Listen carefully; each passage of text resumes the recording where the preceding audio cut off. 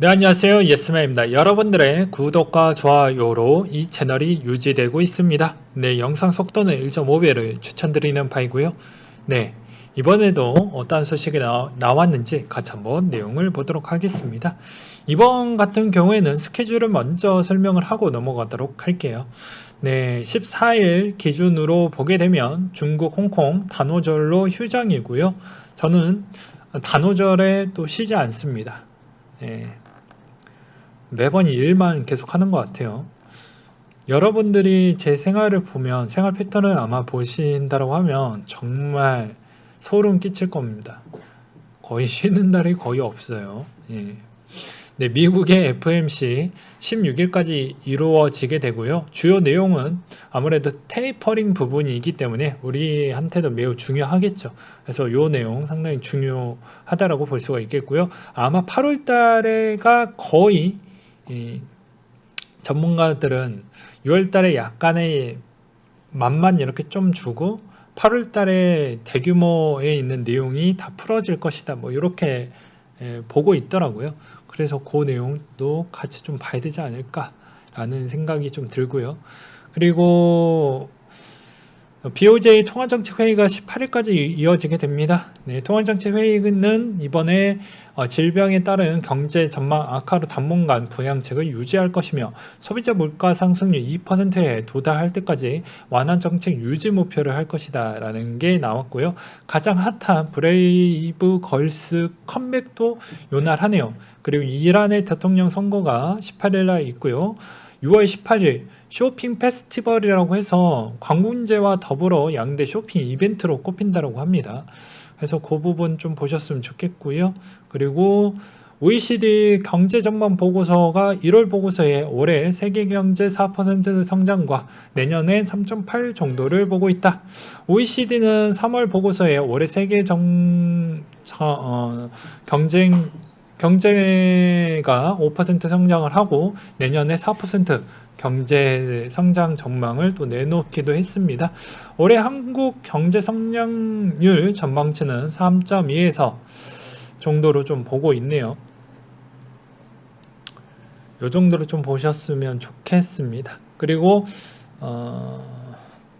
그 다음으로 이제 ETF 심사 부분이 이번 6월 중에 있는데 그게 어떻게 될지 저도 매우 궁금해집니다. 그 다음 코인 일정을 보게 되면요. BSC 브릿지 출시가 6월 15일자에 시크릿 네트워크가 하나 잡혀져 있고요.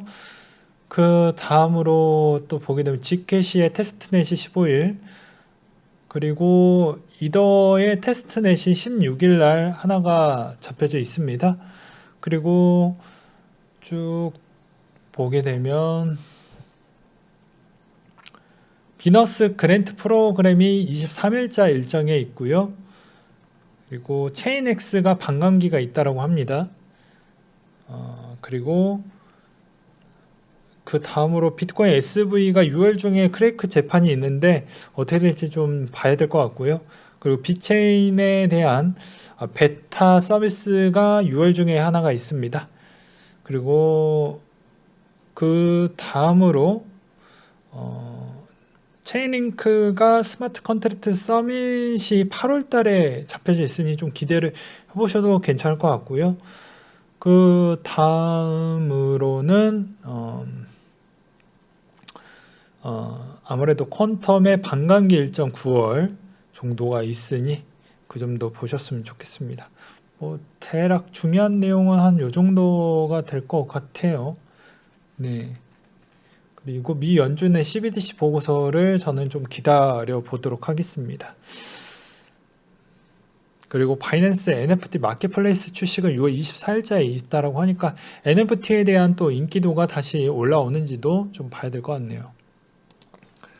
그 다음으로 원자재 가격 상승 기저효과 반영되며 글로벌 인플레이션 압력이 확대가 되어가고 있다. 물가에 엮인 노이즈가 많아질수록 금융시장 물가에 주목을 받고 있으며 변동성이 높은 흐름을 보일 수밖에 없다. 중국의 생산자 물가는 전년비 9% 예상치를 상회했으며 주요국 수입 물가 상승 흐름을 볼 때 상승의 제품 가격을 전가될 개연성이 높다. 신흥국 자본 유출에 억제하기 위해서 기준금리 인상, 긴축적인 통화정책 스탠스로 선회하고 있다. 공급망 변복 현상 여파에 탄력적인 상품 물가의 상승이 보여진다라고 되어져 있는데요. 세계 식량 가격 지수가 36%나 올랐고 그만큼 또 작황도 매우 어려웠고 기후도 따라와 주지 못했죠.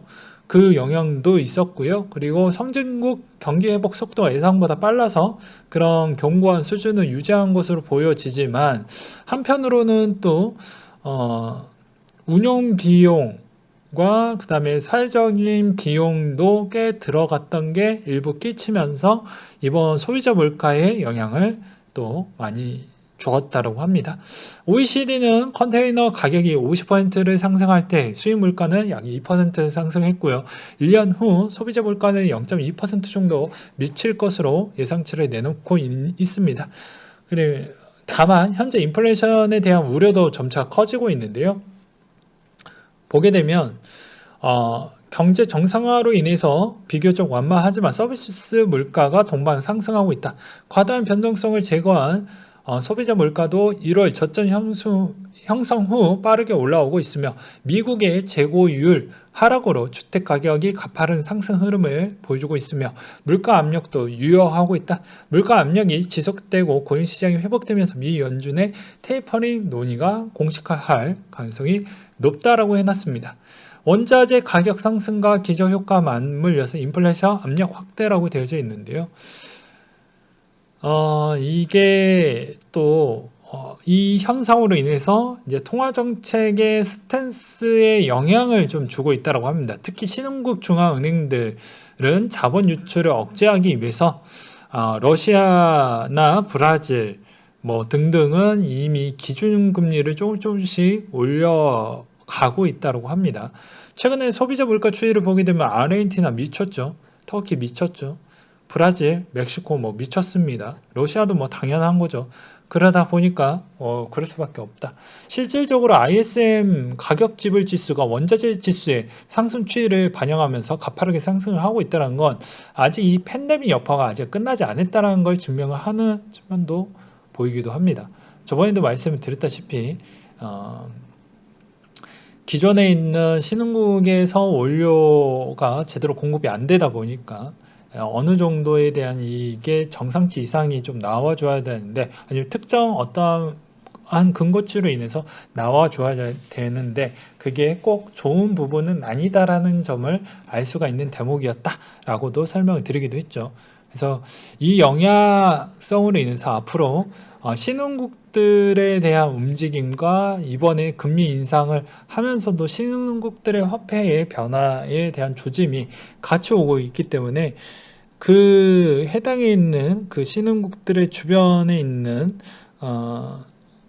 그런 영향과 국민들에 대한 생각이 앞으로 코인에 어떠한 영향을 미칠지 우리도 좀 지켜볼 필요성이 있을 것 같고요. 우리는 과거에 2018년도 대비를 보았을 때 미리 경험을 또 해보기도 했습니다. 이미 나라 경제가 박살난 국가 아르헨티나나 그리고 베네수엘라 같은 쪽이나 이란 같은 경우가 비트코인을 좀 더 선호할 수밖에 없었던 배경 중에 하나는 물가가 미쳤죠. 잡히지가 않습니다. 그리고 아르헨티나 같은 경우에는 IMF 쪽하고도 일정 자금이 정말 급하다 보니까 그쪽에 따른 자금 지원도 또 받고 있는 실정입니다. 그러다 보니까 여러 가지 측면으로 경제 회복이 따른 속도는 그렇게 빠르지 못할 것이다라는 걸 알 수가 있는 대목이겠죠. 그러면서 오히려 비트코인에 대한 실제로 비트코인을 찾는 수요는 꽤 많이 급증을 해주기도 했습니다. 네. 그래서 상당히 긍정적으로 볼 필요성은 있을 것 같다. 그래서 당장은 아니겠지만 앞으로 금리 인상 추이와 테이퍼링에 대한 속도가 나오는 시점부터는 본격적으로 이제 비트코인에 대한 수요층은 더욱더 단단해질 확률이 전 높다라고 보고 있고요. 그리고 남미의 첫 비트코인 ETF도 통과되는 이유도 저는 그렇게 보고 있는 실정입니다.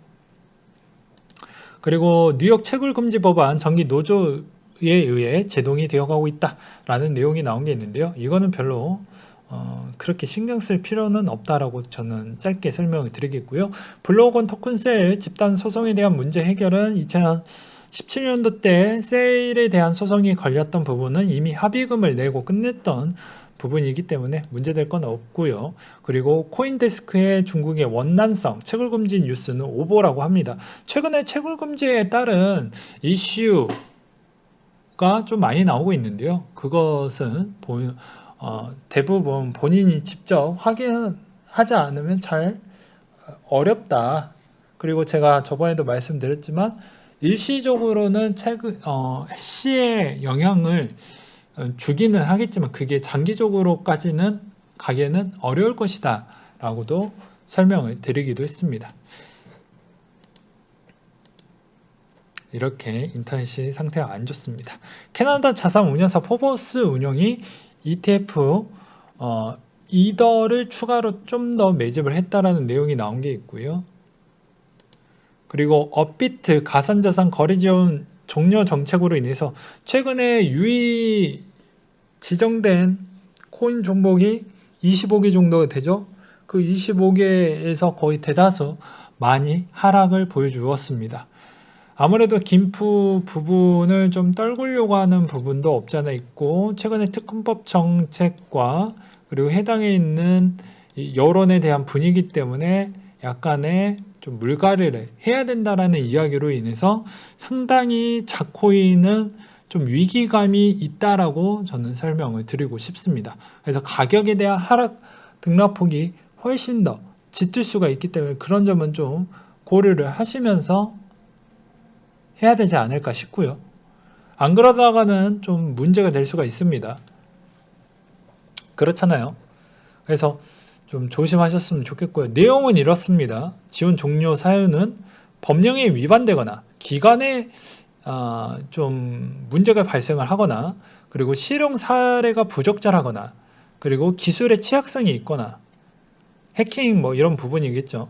그리고 더 이상 개발팀이나 이들로부터 기술 지원을 받지 못할 경우나 그리고 거래 지원이 개시를 됐었을 때 협업서나 개발팀의 관계자들이 위반했었을 경우 사용자의 불만이 계속 접수될 경우 부분이라고 합니다. 그래서 또 보니까 피카 쪽이 좀 말이 많더라고요. 피카 쪽을 운용하고 있는 커뮤니티에 있는 그쪽 관계자가 차라리 활동을 안 했으면 좋겠다라는 그런 언급도 꽤 많이 나오고 있는 실정입니다. 왜냐 할 때마다 논란이 많이 나오는데 최근에 피카 커뮤니티의 운영자가 나가버렸다라고는 들었어요. 그 이후에는 어떻게 됐는지 모르겠습니다. 네, 아무튼 뭐 그런 이야기가 있었고요. 그 다음 보라의 2차 유의 찌라시 입장 발표가 나왔다고 합니다. 이를 해소하기 위해서 보라팀은 계획을 공유해 드리고자 합니다. 메타버스 서비스 개발에 참여하고 있으며 게임 IP 기반으로 제작되는 메타버스 서비스 내 보라 화폐로 사용될 계획이다. 그리고 게임 콘텐츠 내 NFT 사업도 준비를 하고 있다. 게임, 영화, 핀테크, 광고 플랫폼이 파트너사들과 보라 토큰을 활용할 수 있는 방안을 논의하고 있으며 이렇게 진행되는 모든 사업은 저희 공식 채널과 언론을 통해 지속적으로 공개하고 있으니 언제든지 확인 가능하다. 앞으로 좋은 소식을 전달 드리도록 노력을 많이 하겠다라고 했는데요. 쉽진 않을 것 같습니다. 그런 이야기를 좀 드리고 싶었고 네, 그 다음으로 비트코인 11월 대형 호재 템 루트라고 하는데요. 이것도 옛날에 또 여러 번 나왔던 내용인데 다시 나왔던 배경은 아무래도 다시 뭐 적용될 수 있는 가능성이 보이기 때문에 그런 것 같기도 합니다. 탭루트 보면 중개 없이 스마트 계약이 갖게 되는데 이번 업그레이드가 4년 만에 보안과 효율성을 높아질 것으로 기대를 하고 있다고 합니다. 네, 그래서 이번에 슈노어 서명 방식을 활용하게 되는데 이럴 경우 비트코인을 누가 갖고 있는지 판독하기가 어렵게 된다고 하네요. 근데 이번에 채굴 쪽에 대한 분위기가 어떻게 되는지를 좀 봐야 되겠죠. 네, 이번 모든 건 다 해당에 있는 커뮤니티 합의가 좀 필요하기 때문에 중요하다라고 볼 수가 있겠는데 반영이 될지 안 될지는 좀 봐야 될 것 같습니다. 헤지펀드 억만장자 앨런 하워드가 암호화폐 기업 두 곳에 5,400만 달러 투자를 했다고 하는데요. 자, 내용을 한번 보도록 하겠습니다. 한국 돈으로 550억 원 규모 돈을 투자를 했다고 하는데 여기서 글로벌 운행 및 전통적인 커스터디 고도의 요구가 암호화 자산의 보급을 위해 새로운 측면을 가져오려고 하고 있으며 추가 자금은 DLT와 암호화 자산에 대한 혜택을 전통적인 금융 서비스 기업에 주겠다라는 회사의 역할로 배정을 하게 된다 라고 되어져 있습니다. 그래서 하워드로 조달한 자금으로 인해서 태평양과 오스트레일리아, 홍콩 이런 쪽에 좀 확대를 기여할 거라고 되어져 있네요. 여기 부분에 있었을 때. 그래서 여기 쪽하고 또 연결되어져 있는 쪽이 뭐 조셉 루빈과도 또 연결이 되어져 있다고 하니까 좀 지켜볼 필요성이 있을 것 같습니다. 네, 마지막으로는 피델리티 비트코인 S2F 모델링을 보게 되면 점차적으로 성장을 앞으로 많이 할 것으로 저도 그렇게 보고는 있는데요. 아직까지도 비트코인의 비관론자 분들이 꽤 있을 겁니다. 저는 이렇게 한마디로 정리를 해드리고 싶어요. 지금의 시총의 대부분에 있는 회사들을 보게 되면 어떻게 되어져 있습니까? 어떻게 되어져 있죠? 당연히 그만큼 비트코인 자체가 시총이 지금 여기에 머물고 있습니다. 근데 나머지 상위에 있는 쪽은 거의 다 인터넷 기업의 대다수가 그 정도 시총을 보여주고 있거든요. 비트코인 자체가 데이터 자료 부분이기 때문에 그 데이터 자료 부분에 대한 가치는 점차 높아지고 있고 상당히 국가별로 신경을 많이 쓰고 있는 실정입니다. 그렇기 때문에 당연히 비트코인도 그 해당의 하나의 일부분으로서 그만큼 가치는 해당하는 이 기업적 가치 대비보다는 훨씬 더 높은 시장으로 저는 성장할 것이다 라고 주장을 내비치고 있습니다. 그리고 반대론자들 또한 이렇게도 이야기를 할 수가 있겠죠. 야, 그런 데이터 쓸모없고 다 종이 쪼가리보다 더 쓸모없는 게 데이터이지 않겠냐? 라고 하겠지만 쓸모있는 데이터도 있겠지만 쓸모없는 데이터도 많은 게 인터넷 시장인 것입니다. 거기에 어느 정도에 대한 가치를 부여하고 그 자료가 그만큼 얼마만큼 또 많이 활용이 되느냐에 따라서 또 달라지는 시장이기 때문에 상당히 의미가 좀 높다. 저는 그렇게 보고 있습니다. 네. 그리고 여러분들도 인터넷 시대에서 태어나신 분들은 더 많이 느낄 거라고 봅니다. 인터넷에 있는 그 정보를 통해 가지고 그만큼 본인에 대한 생각에 대한 힘과 그리고 지금 우리가 이렇게 연결이 되어가고 있는 부분도 인터넷 시대에서 잘 활용을 했기 때문에 그만큼 이런 정보 전달 부분도 잘 되는 거라고 보거든요. 그렇기 때문에 이 시장 자체는 저는 앞으로도 계속 유지가 잘 될 것이고 이미 2018년도 19년도 때 생태계 부분에 대한 분석은 거의 다 끝냈기 때문에 앞으로에 대한 어떻게 보면 시장에 대한 충격과 그리고 시장에 대한 성장 부분에 대해서 위주로 좀 체크를 하면서 보려고 하는 시점이 있습니다. 이 점을 좀 잘 체크를 해 주셨으면 좋겠고요. 앞으로도 열심히 잘 투자를 잘 하시면서 많은 돈 벌어 가셨으면 좋겠습니다. 네, 이상으로 마치도록 할게요.